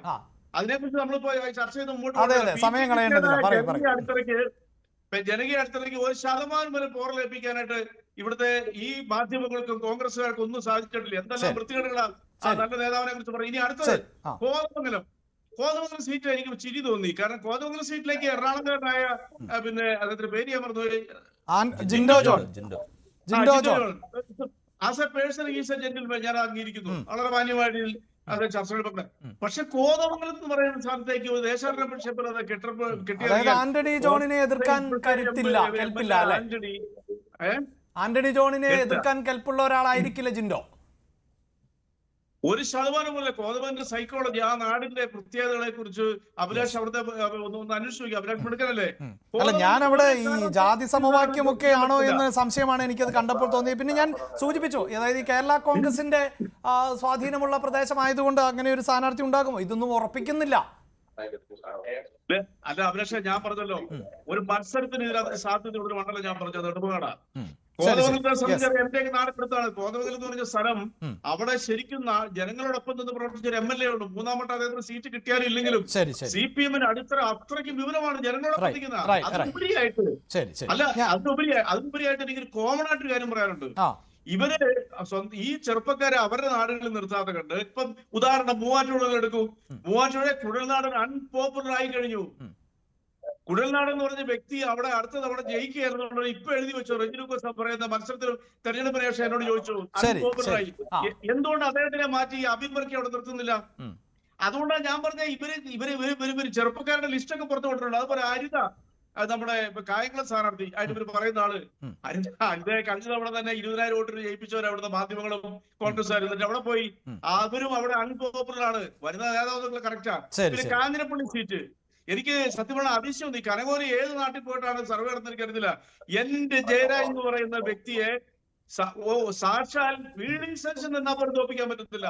അത്രയ്ക്ക് പോപ്പുലർ ആയ ഒരു വ്യക്തിയാണ് കേരള കോൺഗ്രസിന്റെ ജയരാജ് സാറ്. ഇതൊക്കെ മനസ്സിലാക്കിയിട്ട് വേണം. അപ്പൊ കനകോലി എന്ന് പറഞ്ഞ വ്യക്തി അന്യസംസ്ഥാന ജീവനക്കാരനായതുകൊണ്ട് പറ്റിയതായിരിക്കും, പക്ഷെ പരിഹരിക്കാൻ പറ്റത്തില്ല. പിന്നെ കുരുക്ക് കൊടുക്കാണ്ട് കുറെ ചെറുപ്പക്കാരെ ഇറക്കി ഇവർക്ക് ഒരു കാരണവശാലും വിജയിപ്പിക്കാൻ പറ്റത്തില്ല. കാരണം എന്നറിയോ, കേരളത്തിലെ ഇതോട് ഒരൊറ്റ വരിയോടെ പറഞ്ഞു നിർത്തിയേക്കാം. കേരളത്തിലെ ജനങ്ങള് ഈ തമ്മിലടി പാർട്ടിയെ ഇനി വിജയിപ്പിക്കത്തില്ല, ഒരു റിസ്ക് എടുക്കത്തില്ല. പക്ഷെ ആ തമ്മിലടിയൊക്കെ ഇപ്പൊ കുറഞ്ഞു എന്നുള്ള സംശയമുണ്ട്. ഇപ്പോൾ അത്ര ഈ ഗ്രൂപ്പുകളൊക്കെ നോക്കിയാൽ I ഗ്രൂപ്പും A ഗ്രൂപ്പും ഒക്കെ അങ്ങനെ തമ്മിലടിക്കുന്നുണ്ടോ എന്ന സംശയമില്ലേ? ശരിക്കും A ഗ്രൂപ്പ് ഒക്കെ ഉണ്ടോ ഇപ്പോ? അല്ല, ഇന്നത്തെ ആലപ്പുഴ യൂണിവേഴ്സിറ്റി യൂത്ത് കോൺഗ്രസിന്റെ സമ്മേളനത്തിൽ ക്യാമ്പിൽ പുറത്തു വന്ന വാർത്തകൾ അഭിലാഷ് റിപ്പോർട്ട് ചെയ്താണല്ലോ. പക്ഷേ ഈ കോൺഗ്രസിന്റെ ഇന്നലകളുമായി ചരിത്രം പരിശോധിക്കുമ്പോൾ എനിക്ക് അങ്ങനെ തോന്നി. അതുകൊണ്ടാണ് ഞാൻ വളരെ പെട്ടെന്ന് തിരികെ എത്താം.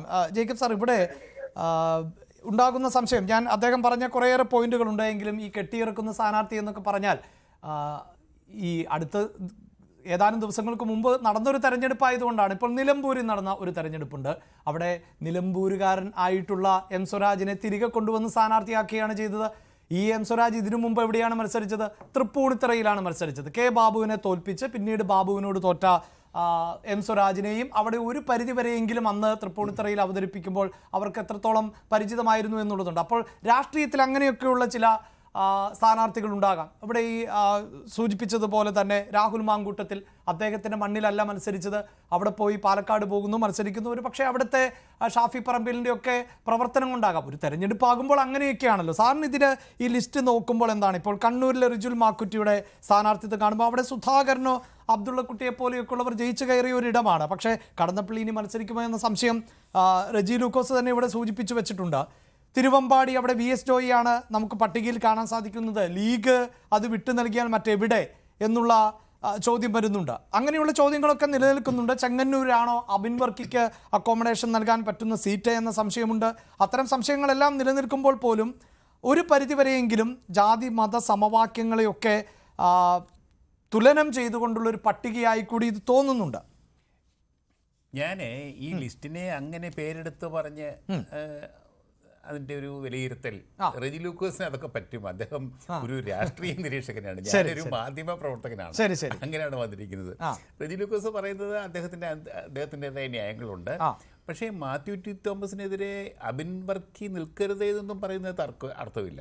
കാരണം മത്സരം വേണമല്ലോ. അതെ, അവിടെ ഒരു മത്സരം വേണം. മാത്യു ടി തോമസിനും നല്ല സ്ഥാനാർത്ഥിയാണ്. എനിക്ക് വളരെ അടുത്ത സുഹൃത്താണ്. എൻ്റെ ജൂനിയറായിട്ട് പഠിച്ചത് തിരുവല്ല കോളേജിൽ. അപ്പോൾ നല്ല ആളാണ്, നല്ല നേതാവും കൂടിയാണ്. കാരണം ഒരു പൈസയുടെ കള്ളത്തിനും കാണിക്കത്തില്ല. മന്ത്രിയായിരുന്നാലും സ്വന്തം വണ്ടി ഓടിച്ചുകൊണ്ട് പോകുന്നയാളാണ്. അതൊക്കെയാണ് അദ്ദേഹത്തിന് എതിർത്ത് തോൽപ്പിക്കുക എന്ന് പറഞ്ഞാൽ അത്ര എളുപ്പമുള്ള കാര്യമല്ല. പക്ഷേ എതിർക്കാൻ ഒരാൾ മുന്നോട്ട് വന്നാൽ എതിർക്കട്ടെ. റെജി ലൂക്കോസേ, അതാണ് എൻ്റെ പക്ഷം. എതിർക്കട്ടെ. അതുപോലെ ആറന്മുള സീറ്റിൻ്റെ കാര്യം, ഇന്ദുചൂടൻ്റെ കാര്യമൊക്കെ പറയുന്നത് അവിടെ നല്ല ചെറുപ്പക്കാരുണ്ട്. ഞാൻ പത്തനംതിട്ട ജില്ലയ്ക്ക് എന്താ സംഭവിച്ചെന്ന് പറയാം. ഉമ്മൻചാണ്ടിയുടെ ഒക്കെ കാലത്ത് ഫിലിപ്പോസ് തോമസ് ആയിരുന്നു അവിടുത്തെ നേതാവ്, ആന്റണി പക്ഷത്തിൻ്റെ നേതാവ്. എത്രയോ വർഷങ്ങളായി ഫിലിപ്പോസ് തോമസ് കോൺഗ്രസിൻ്റെ കൊടി പിടിച്ച് നടന്നയാളാണ്. അതിൽ ഒന്നാം തരം നേതാവ്, യൂണിവേഴ്സിറ്റി യൂണിയൻ ചെയർമാനായിരുന്നയാൾ. പക്ഷേ അവിടെ 5 സീറ്റ് CPM-നാണ് അഭിലാഷേ. ഞങ്ങളുടെ ജില്ലയിൽ, ഞാൻ വരുന്ന ജില്ലയിൽ, പത്തനംതിട്ട ജില്ലയിൽ 5 സീറ്റ് ഇടതുപക്ഷ മുന്നണിക്കാണ്. വീണ ജോർജ് ഉൾപ്പെടെ. അവിടെയൊക്കെ ഇപ്പോൾ ആറന്മുള കിട്ടും എന്നൊക്കെ അടിച്ചിട്ട് മത്സരിക്കാൻ പോകുന്നത് നല്ലതാണ്. പക്ഷേ എന്തുകൊണ്ട് അവിടെ എണ്ണം പറഞ്ഞ യുവ നേതാക്കൾ ഇല്ലാതെ പോയി?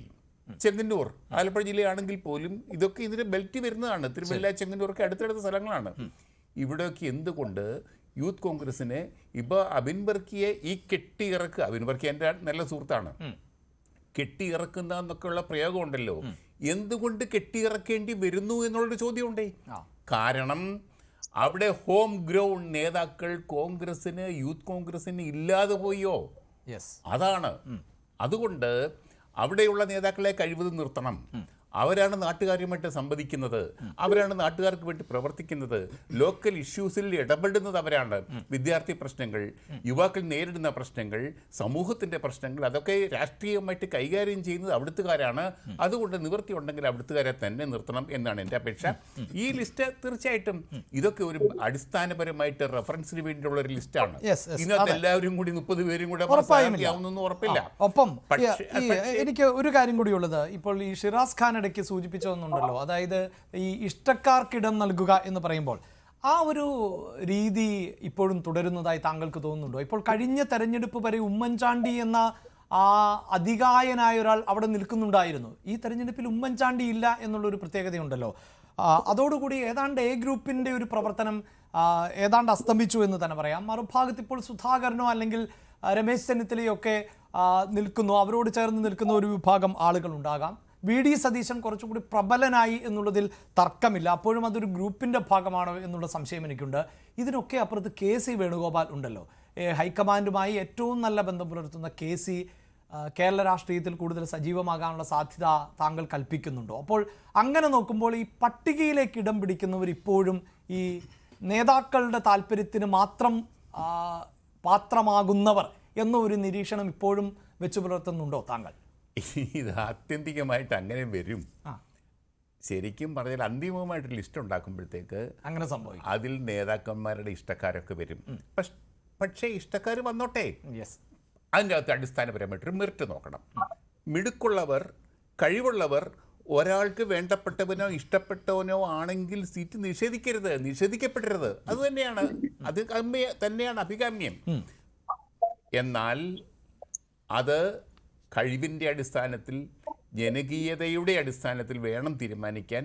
അത് രാഷ്ട്രീയമായിട്ട് ആലോചിച്ച് വേണം. ഒരു മണ്ഡലത്തിന് യോജിച്ച ആളാണോ, നേതാവാണോ, മണ്ഡലത്തിൽ നിന്ന് ജയിക്കാൻ ശേഷിയുണ്ടോ എന്നുള്ളത് പരിഗണിച്ച് വേണം. അല്ലാതെ ഇഷ്ടം പ്രിയം എന്നൊന്നും നോക്കിയല്ല വേണ്ടത്. ഞാനൊരു കാര്യം കൂടെ പറയട്ടെ. വയലാർ രവി നമ്മുടെയൊക്കെ അടുത്ത നേതാവായിരുന്നു കേട്ടോ. KPC പ്രസിഡൻ്റായിരുന്നപ്പോൾ KPC പ്രസിഡൻ്റായിട്ട് ആന്റണിയെ തോപ്പിച്ചപ്പോൾ നമ്മളൊക്കെ റിപ്പോർട്ട് ചെയ്യാൻ പോയത് ആവശ്യത്തോടു കൂടി. 70 ലോക്സഭാ തെരഞ്ഞെടുപ്പിൽ R ശങ്കർ എന്ന വലിയ നേതാവിനെ, 71 തെരഞ്ഞെടുപ്പിൽ R ശങ്കർ എന്ന വലിയ നേതാവിനെ, കേരളത്തിലെ മുഖ്യമന്ത്രിയായിരുന്ന ആർ ശങ്കറിനെ സീറ്റ് വെച്ചിരുന്നു. കേന്ദ്രത്തിന് R ശങ്കറിനെ വേണമായിരുന്നു ലോക്സഭയിലേക്ക്. പക്ഷേ യൂത്ത് നേതാവാണ് വയലാർ രവി, ചെറുപ്പക്കാരനാണ്. ഉമ്മൻചാണ്ടിയൊക്കെ എനിക്ക് തോന്നുന്നു യൂത്ത് കോൺഗ്രസ് പ്രസിഡന്റാണ് 71.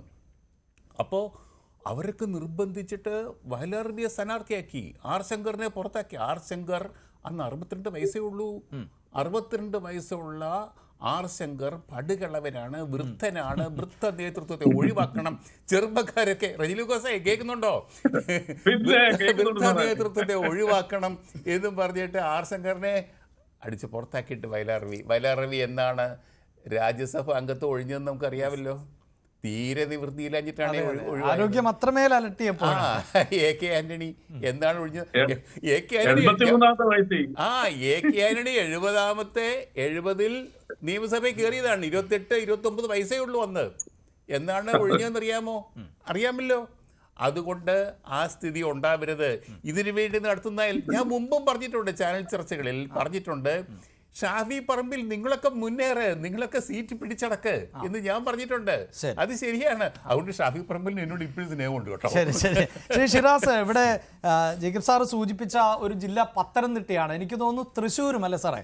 തൃശ്ശൂരും ഇതുപോലെ UDFന്റെ വലിയൊരു ബെൽറ്റായിരുന്നില്ലേ? അവിടെയും വലിയ തിരിച്ചടിയാണ് പിന്നീട് സംഭവിച്ചത്. അപ്പോൾ ഇത്തരം പ്രദേശങ്ങളിലേക്ക് കെട്ടിയിറക്കുന്നു എന്ന ഭാഷയിലേക്ക് പോകുന്നില്ല, പക്ഷേ ആ പ്രദേശത്ത് നിന്നുള്ളവരെ കണ്ടെത്താനും അവിടെ ജനങ്ങൾക്കിടയിൽ പ്രവർത്തിക്കുന്നവരെ സ്ഥാനാർത്ഥിയാക്കാനും ഒക്കെ സാധിക്കാതെ പോകുന്നുണ്ട് എങ്കിൽ അതിന്റെ പ്രശ്നം എന്തായിരിക്കാം ശ്രീ ഷിറാസ്? പാർട്ടി ഒരു സംഘടനാ രംഗത്ത് ശക്തി പ്രാപിച്ചു വരേണ്ടതായിട്ടുണ്ട്. ഇവിടെ രാവിലെയും വൈകിട്ടും കാണുന്ന നേതാക്കൾ കാണുന്ന മുഖം മാത്രമല്ലല്ലോ പാർട്ടിക്ക് വേണ്ടി താഴേക്ക് പ്രവർത്തിക്കുവാനുള്ള സാഹചര്യങ്ങൾ ഉണ്ടാവണമല്ലോ. പറഞ്ഞോളൂ, കേൾക്കാം. പാർട്ടിക്ക് വേണ്ടി താഴോട്ട് പ്രവർത്തിക്കുന്നവരെ പരിഗണിക്കാൻ കഴിയുന്ന സാഹചര്യങ്ങൾ, ഒരു പാർട്ടി പ്രവർത്തകനെ വിലയിരുത്തപ്പെടുന്ന സാഹചര്യങ്ങൾ ഇതിനകത്ത് ഇപ്പോഴും ഇല്ല. അപ്പോ എന്തൊക്കെ തന്നെയായാലും ശക്തമായ ഒരു ഭരണവിരുദ്ധ വികാരമുള്ളത് കൊണ്ട് തന്നെ സ്ഥാനാർത്ഥിത്വം വിജയിക്കാൻ കഴിയും. പക്ഷെ അവിടെ നമുക്ക് ചില പാർട്ടി എന്ന നിലയിൽ ചില ധാർമ്മികതകൾ ഒക്കെ ഉണ്ടാകേണ്ടതായിട്ടുണ്ട് എന്ന് മാത്രമാണ് പറയാനുള്ളത്. പിന്നെ അവതരിപ്പിക്കപ്പെട്ട യുവാക്കളെല്ലാം തന്നെ യോഗ്യരാണ്. യോഗ്യരായിട്ടുള്ള യുവാക്കൾ ഈ പ്രസ്ഥാനത്തിലേക്ക് കടന്നു വരിക തന്നെ വേണം. അത് പാർലമെന്ററി തലത്തിലേക്കും കടന്നു വരണം. പക്ഷെ കടന്നു വരുമ്പോൾ അതിന് പരിഗണിക്കപ്പെടുന്ന മാനദണ്ഡങ്ങൾ എന്താണ് എന്ന് പാർട്ടി പ്രവർത്തകരെ ബോധ്യപ്പെടുത്തേണ്ട ഉത്തരവാദിത്വം നേതൃത്വത്തിനുണ്ട്. ഒരാളെ എന്ത് മാനദണ്ഡത്തിലാണ് പരിഗണിക്കപ്പെടുന്നത്, അവിടെയാണ് പ്രശ്നം. നമുക്ക് ഈ മുതിർന്നവരിൽ നിന്ന് ചെറുപ്പക്കാരിലേക്ക് അധികാരം മാറ്റുന്നു എന്ന് പറഞ്ഞാൽ അത് വലതുകാലിലെ മന്ത് ഇടതുകാലിലോട്ട് മാറ്റുന്നു എന്നാവരുത്. പാർട്ടി പ്രവർത്തകർക്ക് അംഗീകരിക്കാൻ കഴിയുന്ന നേതാക്കളാണ് എങ്കിൽ ഞങ്ങൾക്ക് അതാത് മണ്ഡലം തന്നെ മത്സരിപ്പിക്കണമെന്നില്ല. ജനങ്ങൾക്ക് സ്വീകാര്യരായിട്ടുള്ള നേതാക്കളെ എവിടെ മത്സരിപ്പിച്ചാലും വിജയിപ്പിക്കാൻ പറ്റും. കേരള നിയമസഭയിലേക്കാണ് മത്സരിപ്പിക്കപ്പെടുന്നത്. അതുകൊണ്ട് തന്നെ കേരളത്തിലെ ഏത് നിയോജക മണ്ഡലത്തിൽ നിന്നും കോൺഗ്രസ് സ്ഥാനാർത്ഥിയെ മത്സരിപ്പിച്ച് വിജയിപ്പിക്കാൻ പറ്റുമെന്നുള്ളത് പാർട്ടിയുടെ ആത്മവിശ്വാസമാണ്. പക്ഷെ അങ്ങനെ തിരഞ്ഞെടുക്കപ്പെടുന്ന യുവാക്കൾ എന്ന് പറഞ്ഞാൽ കേവലം മാനിപ്പുലേറ്റഡ് ലീഡേഴ്സ് ആവരുത്, സ്വാഭാവികമായി പ്രവർത്തിച്ച് കടന്നു വന്നവരാവണം. അപ്പൊ അവരുടെ പ്രവർത്തന ചരിത്രം പ്രവർത്തകർ പരിശോധിച്ചാൽ അതിന് നമുക്ക് തെറ്റു പറയാൻ കഴിയും. റൈറ്റ്. ശ്രീ റജി, ഇവിടെ ഇതാ ഈ സൂചിപ്പിക്കുന്നത് പോലെ ഒരു നിയമസഭാ തെരഞ്ഞെടുപ്പാണ്. ആ തെരഞ്ഞെടുപ്പിൽ ഈ പറയുന്നത് പോലെ സ്വന്തം പ്രദേശത്ത് നിന്നല്ലാത്തവരൊക്കെ വിജയിച്ച് കയറുന്ന ചരിത്രം ഇന്നലകൾ പരിശോധിച്ചാലുണ്ട്. ഒരു ബന്ധവുമില്ലാത്തവർ, അതുപോലെ പാർട്ടിയുമായി പോലും വലിയ ബന്ധം പുലർത്താത്തവരൊക്കെ വന്ന് വിജയിച്ച് കയറി പെട്ടെന്ന് അപ്രത്യക്ഷമായ, എനിക്ക് തോന്നുന്നു ഈ മനോജ് എന്ന പേരൊക്കെ നമ്മൾ കേട്ടതാണല്ലോ. പെട്ടെന്ന് മനോജ് എന്ന ആള്, CS മനോജ്, ഞാൻ ഇൻഷ്യൽ മറന്നുപോയി, പിന്നീട് രാഷ്ട്രീയത്തിലൊന്നും കണ്ടിട്ടില്ല, ഇടതു മുന്നണിയുടെ സ്ഥാനാർത്ഥിയായി വന്ന് മത്സരിച്ച്, അങ്ങനെയുള്ള പേരുകളുണ്ട്. അപ്രതീക്ഷിതമായി ഇപ്പോൾ തൃക്കാക്കരയിൽ മത്സരിപ്പിച്ച പേരറിയാം, ജോസഫ് എന്തായിരുന്നു എന്നുള്ളത്, അതൊക്കെ ഒരു സാധ്യത നോക്കുകയാണ്. അപ്പോൾ റജി, ഈ ഉണ്ടാകാൻ പോകുന്ന ഒരു സംശയം, ഇപ്പോൾ കണ്ണൂർ ഞാൻ സൂചിപ്പിച്ചു, അവിടെ റജുൽ മാക്കുറ്റി എന്നൊരു സ്ഥാനാർത്ഥിയാണ് കണ്ടെത്തുന്നത് എങ്കിൽ പോലും മുതിർന്ന നേതാക്കളുടെ ഭാഗത്തു നിന്നുണ്ടാകാനുള്ള അതൃപ്തി വലിയ സാധ്യതയാണ്. കെ സുധാകരനെ പോലെ, അല്ലെങ്കിൽ കെ സുധാകരനുമായി ചേർന്ന് നിൽക്കുന്ന ഒരാൾ എന്ന നിലയിൽ കണ്ടാൽ പോലും KC വേണുഗോപാലും കണ്ടുവെക്കുന്ന, അദ്ദേഹത്തിന് താല്പര്യമുള്ളവരെ കൂടിയൊക്കെ ഇറക്കാൻ താല്പര്യപ്പെടുന്ന ഒരു മണ്ഡലമായിരിക്കുമല്ലോ കണ്ണൂർ. ഇപ്പുറത്തേക്ക് വന്നാൽ VM സുധീരൻ ഈ തെരഞ്ഞെടുപ്പിൽ മത്സരിക്കണമെന്നൊരു പൊതു ആവശ്യം ഉയർന്നു വന്നിട്ടുണ്ട് എന്നാണ് മനസ്സിലാക്കാൻ സാധിക്കുന്നത്. മുല്ലപ്പള്ളി രാമചന്ദ്രൻ, അവിടെ കൊയിലാണ്ടി പോലെയുള്ള സീറ്റുകൾ അഭിജിത്തിനെ മത്സരിപ്പിച്ചാൽ, എന്തിനധികം പറയുന്നു, കെ മുരളീധരൻ ഉറപ്പായും സ്ഥാനാർത്ഥിയാകുമല്ലോ. മുരളീധരൻ കണ്ണുവെക്കുന്നത് തിരുവനന്തപുരത്താണ് എന്നാണല്ലോ ഒരു പൊതുവെ നമുക്ക് മനസ്സിലാക്കാൻ സാധിക്കുന്നത്. അവിടെ ശബരിനാഥൻ്റെ പേരാണ് ഈ പട്ടികയിൽ കാണാൻ സാധിക്കുന്നത്. അപ്പോൾ ഇതൊരു വലിയ തമ്മിലടിക്കുള്ള സാധ്യതയിലേക്ക് കൂടി പോകുന്നുണ്ടോ? മുതിർന്ന നേതാക്കളും യുവ നേതാക്കളും തമ്മിലുള്ള ഒരു ഫൈറ്റിന് കളമൊരുങ്ങുവാനുള്ള സാധ്യതയും മുന്നിലുണ്ടോ?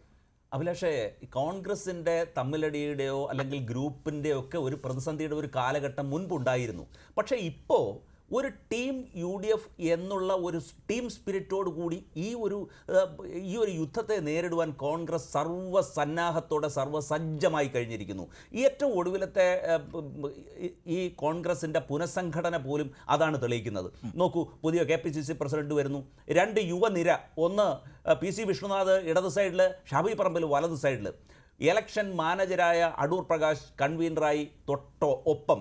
അപ്പോൾ ഇത് ഒരു കോമ്പിനേഷനാണ്. നോക്കൂ, കോൺഗ്രസിനെ സംബന്ധിച്ച് കേരളത്തിൽ ഏതാണ്ട് കഴിഞ്ഞ പ്രാവശ്യം 93 സീറ്റിലാണ് മത്സരിച്ചത്. ഈ ഇത്രയും സീറ്റ് കൊണ്ട് വേണം ഈ മാനേജ്മെൻറ്റ് മൊത്തം ചെയ്യാൻ. ഇതിൽ പരിണതപ്രജ്ഞരും കഴിവുള്ളവരും ദീർഘകാലത്തെ അനുഭവ സമ്പത്തുമുള്ള മുതിർന്നവരുണ്ടാവണം. അതോടൊപ്പം തന്നെ യുവനിര, ആർജവമുള്ള ശക്തിപൂർവ്വം മുന്നോട്ട് കുതിക്കാൻ കഴിയുന്ന യുവനിരയും ഇവിടെ വേണം. ഇപ്പം നോക്കൂ, തിരുവനന്തപുരത്തെ ഏറ്റവും നമ്മൾ ഏത് സമരത്തിലും കാണുന്ന ചില മുഖങ്ങളുണ്ട്, ശ്രീ അഖിലിനെ പോലെയൊക്കെ ഉള്ളവർ. അപ്പോൾ അത് ഒന്നും ഇവരൊക്കെ അർഹരാണ്. അപ്പോൾ ഈ ഒരു സാഹചര്യത്തിൽ ഒരു യുവനിര വേണം, ഒരു മുതിർന്നവരുടെ ഒരു കൂട്ടായ്മ വേണം. അപ്പോൾ ഇപ്പോഴത്തെ ഒരു സാഹചര്യം ഇതിനൊരു പ്രാദേശികവാദത്തിൻ്റെ അടിസ്ഥാനത്തിൽ ഇന്റർനാഷണൽ കോൺഗ്രസ് പോലുള്ള ഒരു ദേശീയ പാർട്ടിയിൽ ഒരു പ്രദേശത്ത് ജനിച്ചില്ല എന്ന് പറഞ്ഞ് അതിനെ മാറ്റി നിർത്തുന്നതൊന്നും ഒരർത്ഥവുമില്ല. കാരണം ഈ കോൺഗ്രസ് എന്ന് പറയുന്നത് അതിൻ്റെ ഒരു ഐഡിയോളജിയുടെ അടിസ്ഥാനത്തിലാണ് ഭരണത്തിലേക്ക് വേണ്ടി ജനങ്ങളുടെ മുമ്പാകെ ഒരു മാനിഫെസ്റ്റോ വെച്ചിട്ട് അവർ ഇലക്ഷനെ നേരിടുന്നത്. അതിന് വ്യക്തമായ ചില ആശയധാരകളുണ്ട്. അപ്പോൾ അതിനോട് ചേർന്ന് നിൽക്കുകയാണ് ചെയ്യുന്നത്. അതിലൊരിക്കലും ഒരു പ്രാദേശികവാദത്തിൻ്റെ ഒരു കാര്യവുമില്ല. ഇവിടെ മാർക്സിസ്റ്റ് പാർട്ടി പ്രാദേശികവാദം നോക്കുന്നുണ്ടോ? ഇവിടെ കോൺഗ്രസിനെ സംബന്ധിച്ച് ഇപ്പോഴും ഈ പറഞ്ഞ ഈ മണ്ഡലത്തിലെ സംബന്ധിച്ചൊക്കെ ചില എതിർവാദങ്ങൾ കേൾക്കുന്ന കണ്ടു. പക്ഷേ അതിനൊന്നും ഒരു കാര്യമില്ല. എന്താ അറിയാമോ? കാര്യമില്ല എന്ന് പറയാനുള്ളത് ഈ മണ്ണ് വളക്കൂറുള്ളതായി മാറിയിരിക്കുന്നു. കാരണം 9 വർഷം തുടർച്ചയായി ഒരു സർക്കാർ ഭരിക്കുമ്പോൾ ജനങ്ങളുടെ ആവശ്യങ്ങൾക്ക് പുറംതിരിഞ്ഞു നിൽക്കുന്നു. പ്രധാനപ്പെട്ട വികാരം തന്നെയാണ് കോൺഗ്രസിന് അധികവും പ്രതീക്ഷ നൽകുന്നത്. അതെ, അങ്ങേയറ്റം ഭരണവിരുദ്ധ വികാരം. അതുകൊണ്ടല്ലേ തൃക്കാക്കര നോക്കൂ, എത്ര വോട്ടിന്റെ ഭൂരിപക്ഷത്തിലാണ് വിജയിച്ചത്. അതുപോലെ പുതുപ്പള്ളി എത്ര ഇരട്ടി ഉമ്മൻചാണ്ടിയെ വാങ്ങിച്ചതിന്റെ അതെല്ലാം സിറ്റിംഗ് സീറ്റുകളാണ്. അപ്പോൾ നിലമ്പൂരോ നോക്കൂ, ഞാൻ ഒറ്റ കാര്യം ചോദിക്കട്ടെ. ഈ പ്രധാനപ്പെട്ട ജനങ്ങളെ അഭിമുഖീകരിക്കുന്ന ഏതെങ്കിലും ഒരു വിഷയത്തിലെ ജനങ്ങളെ ബാധിക്കുന്ന ഏറ്റവും പ്രധാനപ്പെട്ട ഏതെങ്കിലും വിഷയത്തെ കോൺക്രീറ്റ് ആയിട്ട് അഡ്രസ്സ് ചെയ്യാൻ ഇടതുമുന്നണിക്ക് കഴിഞ്ഞിട്ടുണ്ടോ? നോക്കൂ, മനുഷ്യ വന്യമൃഗ സംഘർഷം, തീരദേശ ആ ഭാഗത്ത് 19 മണ്ഡലമാണുള്ളത് വനമേഖലയോട് ചേർന്നിട്ട്. ആ 19 മണ്ഡലത്തിൽ എത്ര എണ്ണത്തിൽ CPM ജയിക്കാൻ കഴിയും? തീരദേശ മേഖല, അവരുടെ കാര്യം ഒന്ന് ആലോചിച്ച് നോക്കൂ. കേസുകൾ എടുക്കുന്നില്ല, അവിടെ വറുതിയിലായിരിക്കുന്നു.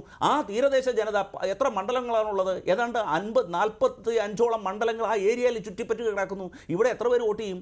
പിന്നെ ഈ പറഞ്ഞ PSC അപേക്ഷ കാത്തു നിൽക്കുന്ന സാധാരണക്കാരായിട്ടുള്ള യുവാക്കളായിട്ടുള്ള ചെറുപ്പക്കാരായിട്ടുള്ള വിദ്യാർത്ഥികൾ അവർ മറ്റു രാജ്യത്തേക്ക് കയറി പോവുകയാണ് വിദ്യാഭ്യാസം അഭ്യസിക്കുന്നതിനായിട്ട്. അതുപോലെ തന്നെ ഏറ്റവും ഒടുവിൽ ഈ ആരോഗ്യ രംഗത്തെ നോക്കൂ, സിസ്റ്റം തകരാറിലാണെന്ന് മന്ത്രി സ്വയം പറയേണ്ടി വന്നിരിക്കുന്നു. 9 വർഷം തുടർച്ചയായി ഭരിച്ചതിന്റെ ഒരു പരിണത ഫലങ്ങളിൽ ഒന്നാണത്.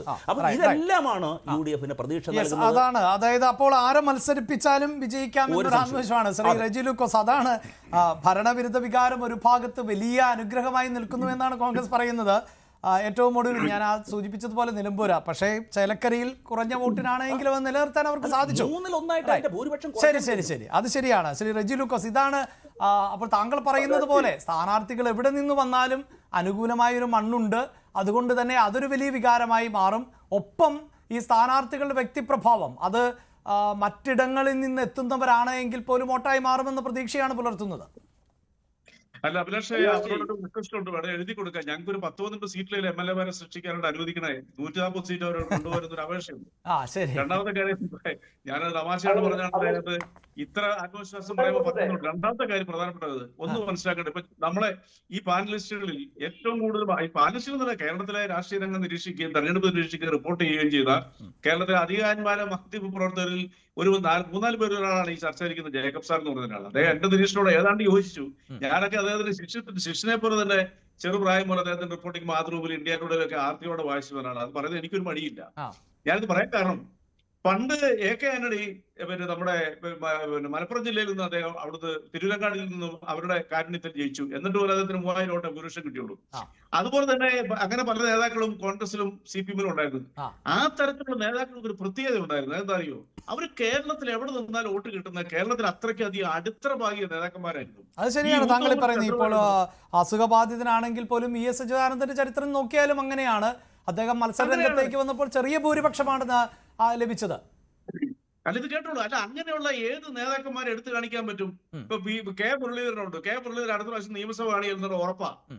പക്ഷേ ഞാനൊരു സംശയമായി ചോദിക്കുന്നു, അത്തരം രാഷ്ട്രീയ രീതികളൊക്കെ ഇപ്പം കേരളത്തിലാണെങ്കിലും ഒക്കെ ഒരു പരിധിവരെ മാറിയില്ലേ ശ്രീ റെജി ലൂക്കോസ്? അങ്ങനെ അല്ല അതിനൊക്കെ ഞാൻ വരുന്നത് അഭിലാഷ്. ഞാൻ വളരെ മോഡേൺ ആയിട്ട് ചിന്തിക്കുന്ന ഒരാളാണ് രാഷ്ട്രീയത്തിൽ, എന്റെ പരിമിതി വെച്ചുകൊണ്ട്. ഞാൻ പറഞ്ഞ അങ്ങനെ പ്രോമിസിംഗ് ആയിട്ടുള്ള എത്ര യൂത്ത് കോൺഗ്രസ് നേതാക്കന്മാരുണ്ട്.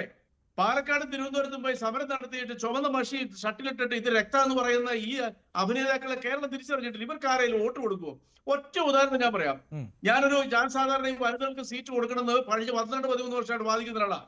ഇന്ന് കാഞ്ഞിരപ്പള്ളിയിൽ ഡാൻ കൊടുത്ത പുറത്തുവിട്ട റിപ്പോർട്ടിൽ യൂത്ത് കോൺഗ്രസിന്റെ വൈസ് പ്രസിഡന്റ്, സത്യം പറഞ്ഞാൽ ഞാൻ അവരെ കുറിച്ച് കേട്ടിട്ട് പോലുമില്ല. ഞാൻ ഇന്ന് കാഞ്ഞിരപ്പള്ളി എന്റെ നാടിന് തൊട്ടടുത്താ വളരെ ഒരു 4-5 പേരോട് വിളിച്ചു വെച്ചു, ഇങ്ങനെ ഒരു സ്ഥാനാർത്ഥി ഉണ്ടല്ലോ, അവരെ കുറിച്ച് അറിയാം. അവർക്ക് ആർക്കും അറിഞ്ഞിരിക്കുന്ന സ്ഥാനാർത്ഥിയെ കുറിച്ച് തന്നെയല്ല. അവിടെ കൊണ്ടൊരു പുതുമുഖത്തിനെ കൊണ്ടിട്ട് ജയരാജ് സാറിന്റെ എതിരെ മത്സരിപ്പിക്കാനുള്ള ഒരു സാഹചര്യം ഒരുക്കുന്നത് മാത്രമേ ഉള്ളൂ. ജയിക്കത്തില്ല. ഇങ്ങനെയല്ലേ എല്ലായിടത്തും ഇവര് ഇത് വിളിച്ചിരിക്കുന്നത്. ഇനി സന്ദീപ് വാര്യരെ കുറിച്ച് എനിക്കൊരു കാര്യം പറയാം. തൃശ്ശൂർ അദ്ദേഹത്തിനെ പ്ലേസ് ചെയ്തു. ഇന്നത്തെ അതിലും ഒരുപക്ഷെ ഞാൻ പറയുന്നു, ഒരുപക്ഷെ സന്ദീപ് വാര്യർ പാലക്കാട് കൂടുതൽ ഫോക്കസ് ചെയ്യുന്ന ആളാണെന്ന് തോന്നുന്നു. പക്ഷേ എന്തുകൊണ്ടാണ് ഈ പട്ടികയിലേക്ക് തൃശ്ശൂർ എന്ന് വന്നതെന്ന് അറിയില്ല. അവിടെയാണ് ഞാൻ സൂചിപ്പിച്ച പോലെ ജാതിമത സമവാക്യങ്ങളുണ്ട്, ഈഴവ വോട്ടുകൾ, നായർ വോട്ടുകളൊക്കെ പരിശോധിച്ച് അങ്ങനെയൊക്കെ ആകാം. ഞാനൊന്ന് ചേർത്ത് പോയി എന്നുള്ളൂ, ഉറപ്പിക്കുകയല്ല ഞങ്ങൾ. തീർച്ചയായിട്ടും നല്ല നിരീക്ഷണമാണ്. ഞാനൊരു കാര്യം പറയാം. അതായത് ഇപ്പോഴത്തെ ഈ പുതിയ കാലത്ത് ഒരു നാടകവും കേരളത്തിൽ വരപ്പോകത്തില്ല. സോഷ്യൽ മീഡിയയും അല്ലാതെ തന്നെ എല്ലാവരും ഒബ്സർവേഷൻ മൈൻഡുള്ളവരാണ്, അബ്സർവേഷൻ മൈൻഡുള്ളവരാണ്. കാരണം അതിനുള്ള കാരണങ്ങൾ നമ്മുടെ ഫോണിൽ കിട്ടുന്നുണ്ട്. ഈ സന്ദീപ് വാര്യർ എങ്ങനെ കോൺഗ്രസിലേക്ക് വന്നത്? സന്ദീപ് വാര്യർ കസേര കിട്ടിയാലെന്ന് പറഞ്ഞ് നാടകം കളിച്ച് വന്ന് വേറൊന്നുമല്ല. അത് മറ്റു ലക്ഷ്യങ്ങൾ. അത് പിന്നെ നമ്മുടെ കർണാടക ഉപമുഖ്യമന്ത്രി ഡി ശിവകുമാറിന്റെ മധ്യസ്ഥയിൽ അതൊക്കെ പോക്കറ്റ് ആക്കിയിട്ട് ഈ സംഘടനയെ വന്നോളൂരം. ആ കോൺഗ്രസ് പറഞ്ഞ രാഷ്ട്രീയ പ്രസ്ഥാനത്തിൽ എല്ലാവർക്കും അറിയാം. അല്ലാതെ ആദർശത്തിന്റെ പേര് വന്നതല്ല. തന്നെയുമല്ല, മുസ്ലിം കമ്മ്യൂണിറ്റിയെ ഇത്രയ്ക്ക് ആക്ഷേപിച്ചിട്ടുള്ള രാഷ്ട്രീയ പ്രവർത്തനം കേരളത്തിൽ ചരിത്രത്തിലുണ്ടായിട്ടില്ല. മലപ്പുറം ജില്ലയെ പോലും ആക്ഷേപിച്ചു. തൃശ്ശൂർ പക്ഷേ ഞാൻ പറഞ്ഞല്ലോ, അതൊക്കെ രാഷ്ട്രീയത്തിൽ പതിവല്ലേ ശ്രീ റെജി ലൂക്കോസ്? ആരായിരുന്നു സരുൺ? എത്രത്തോളം മുഖ്യമന്ത്രിയെ വിമർശിച്ചിട്ടുള്ള കോൺഗ്രസിന്റെ നേതാവായിരുന്നു. വളരെ പെട്ടെന്ന് സ്ഥാനാർത്ഥിയായില്ലേ. ഇപ്പോൾ വളരെ നല്ലൊരു പദവിയും കൊടുത്തിട്ടില്ലേ? വിമർശനങ്ങളല്ല അഭിലാഷ്, ശ്രദ്ധിക്കുക. അതുപോലത്തുള്ള വിമർശനങ്ങളല്ല അദ്ദേഹത്തിന്റെ ഭാഗത്ത് നിന്ന് വന്നിട്ടുള്ള ചരിത്ര നിഷേധമായിട്ടുള്ള ആക്ഷേപങ്ങൾ കേരളം മറക്കത്തില്ല. നിങ്ങൾ ഈ കോൺഗ്രസ്സുകാരെയും മറക്കുമോ? രാഹുൽ ഗാന്ധിയെ കുറിച്ച് അദ്ദേഹം പറഞ്ഞ വാക്കുകൾ എന്താ? ആ വാക്ക് കോൺഗ്രസ്, അതാണ് ഞാൻ ചോദിച്ചത്. അങ്ങനെയെങ്കിൽ പിണറായിയെ കുറിച്ച് പറഞ്ഞ വാക്കുകൾ CPM മറന്നില്ലേ? മലപ്പുറം ജില്ല ഞങ്ങൾ എന്താ പിണറായിയെ കുറിച്ച് പറഞ്ഞത്? സരുൺ പറഞ്ഞ വാക്കുകൾ. സരുണിനെ പോലെ അറ്റാക്ക് ചെയ്തിട്ടുള്ള കോൺഗ്രസിൽ എത്ര പേരുണ്ട്? അല്ല, അതിനൊക്കെ ഒരു വ്യക്തിയെ എത്തി നടത്തുന്നു, ഒരു സമൂഹത്തിനെ തകർക്കാൻ ശ്രമിക്കുന്ന. അല്ല, ഞാൻ താങ്കൾ രാഹുലിനെതിരെ നടത്തിയ പരാമർശത്തെ കുറിച്ച് പറഞ്ഞു സൂചിപ്പിച്ചെന്നേ ഉള്ളൂ. നമുക്ക് തർക്കിച്ച് സമയം കളയാനില്ല. ശരി, ഒരു മിനിറ്റ്. അപ്പൊ തൃശ്ശൂരെ സംബന്ധിച്ചോളം അവർ തൃശ്ശൂർ തന്നെയാണ് ഗൗരവമായിട്ട് മത്സരിക്കാൻ അദ്ദേഹത്തിനെ ഉപയോഗിക്കുന്നതാണ് എനിക്ക് മനസ്സിലാക്കാൻ പറ്റിയേ. അതിൽ എന്താ അർത്ഥമാക്കുന്നത്? അദ്ദേഹം വന്നതിനനുസരിച്ച് ഒരു സീറ്റ് കൊടുത്ത് ഇല്ലായ്മ ചെയ്യാന്നുള്ള ലക്ഷ്യം. തൃശ്ശൂർ ഒരു കാരണവശാലും ഈ സന്ദീപ് വാര്യർ ജയിക്കത്തില്ല. നിങ്ങൾ തൃശ്ശൂർ ഇറങ്ങി ചോദിക്കൂ. സന്ദീപ് വാര്യർ എന്ന് പറയുന്ന ആളുടെ നിലപാട് കൊണ്ട് തന്നെ അദ്ദേഹം അൺപോപ്പുലർ ആയിരിക്കുന്നു. എനിക്ക് എന്റെ സുഹൃത്തോടെ അദ്ദേഹം. ഇനി അടുത്ത ചോദ്യം, ഇവിടെ ജേക്കബ് ജോർജ് സാർ നിരീക്ഷിച്ചത് വളരെ കൃത്യമായ കാര്യങ്ങളാണ്. എന്താ കാര്യങ്ങള്?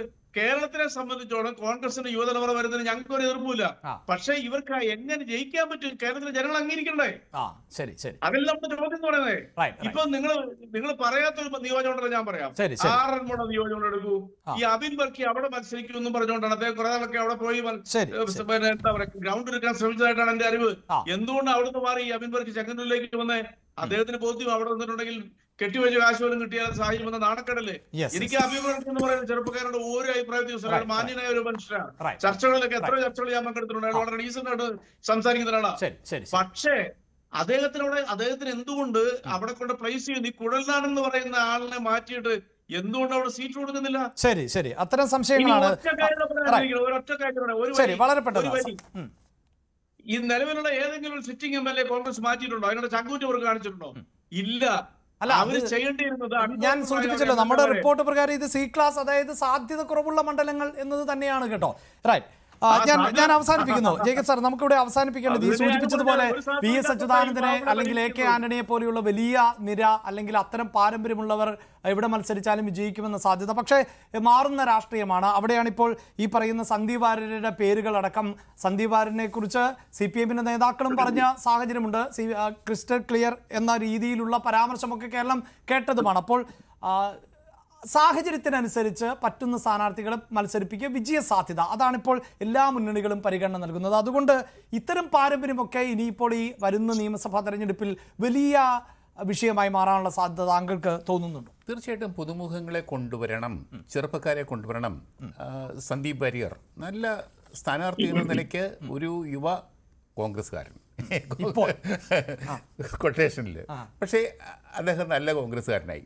അപ്പൊ BJP-ക്കാരനായിരുന്നപ്പോ BJP-യുടെ രാഷ്ട്രീയം പറഞ്ഞിട്ടുണ്ട്. നല്ല CPM-കാരനായ കെ സുധാകരൻ എന്തൊക്കെയാ ഇന്ദിരാഗാന്ധിയെ പറഞ്ഞിട്ടുള്ളത്? അയ്യേ, പുറത്ത് പറയാൻ കൊള്ളത്തില്ല, ടെലിവിഷനൊക്കെ പറയാൻ കൊള്ളത്തില്ല.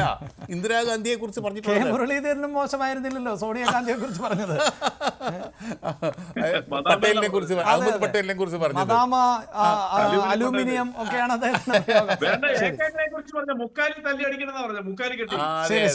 എന്നാലും കെ മുരളീധരൻ നല്ല സ്ഥാനാർത്ഥിയാണ്, നല്ല നേതാവാണെന്ന് ഞാൻ പറയും. JS അഖിൽ തിരുവനന്തപുരത്ത് നല്ലയാളാണ്, അബിൻ വർക്കി നല്ലയാളാണ്. പക്ഷേ അടുത്ത കാലത്ത് അങ്ങോട്ട് മാറി നിൽക്കുന്ന കുറെ പേരുണ്ട്. ഞങ്ങളുടെ പത്തനംതിട്ട ജില്ലയിലുണ്ടല്ലോ, ഇഷ്ടംപോലെ ആൾക്കാരുണ്ട്. നല്ല ഇത് ശരിക്കും പറഞ്ഞാൽ സംഘടന ശക്തിപ്പെടുത്തണം, യൂത്ത് കോൺഗ്രസിനെയും KSUവിനെയും ശക്തിപ്പെടുത്തണം. പഞ്ചായത്ത് മുനിസിപ്പൽ തെരഞ്ഞെടുപ്പിൽ കുറെ അധികം യുവാക്കളെ നിരത്തി നിർത്തണം. അതാണ് ആവശ്യം. അവിടെയാണ് തുടങ്ങേണ്ടത്. അവിടെ തുടങ്ങിക്കഴിഞ്ഞാൽ വലിയ സംഭവമായിരിക്കും. അവിടുന്ന് തുടങ്ങി ഒരു പുതിയ നേട്ടം ഉണ്ടാക്കാൻ യുവാക്കൾ തന്നെ മുന്നോട്ട് വരണം. എന്തായാലും ചർച്ച അവസാനിപ്പിക്കുമ്പോൾ ഇടയ്ക്ക് ജേക്കബ് സാർ പറഞ്ഞതുപോലെ കേരളത്തിന്റെ ചരിത്രത്തിൽ ഇടത് വലത് മുന്നണികൾ മാറി മാറി വരുന്ന ചരിത്രമായിരുന്നു. അത് തിരുത്തിയത് പിണറായി വിജയനാണ്. പക്ഷേ അടുത്ത തെരഞ്ഞെടുപ്പിലെങ്കിലും അത് തിരിച്ചു പിടിക്കാനാണ് യുവാക്കളുടെ നിരയെ ഇറക്കുന്നത് എന്നുള്ളതാണ്. പക്ഷേ ആ സ്ഥാനാർത്ഥി പട്ടിക പ്രാവർത്തികമാകാൻ സാധ്യതയുണ്ടോ എന്നതായിരുന്നു ഞങ്ങൾ ഓൺലൈൻ വഴി പ്രേക്ഷകരോട് ചോദ്യമായി ഉന്നയിച്ചത്. അതിൽ പ്രേക്ഷകർ നൽകുന്ന മറുപടിയിൽ ഏതാണ്ട് 72% പ്രേക്ഷകരും ആ വിശ്വാസം പുലർത്തുകയാണ്. അപ്പോൾ ജേക്കബ് സാർ പറഞ്ഞതിനോട് പൊതുസമൂഹം അംഗീകരിക്കുന്നു. അതായത് യുവാക്കൾക്ക് ഇടം നൽകണമെന്നാണ് 72% പറയുന്നുണ്ട്. 24% മാത്രമേ ആ സാധ്യത ഇല്ല എന്ന് കാണുന്നത്. വളരെയധികം നന്ദി. ചർച്ചയിൽ പങ്കെടുത്ത എല്ലാ അതിഥികൾക്കും പ്രൈഡ് ഡിബേറ്റ് പൂർണ്ണമാകുന്നു. നമസ്കാരം.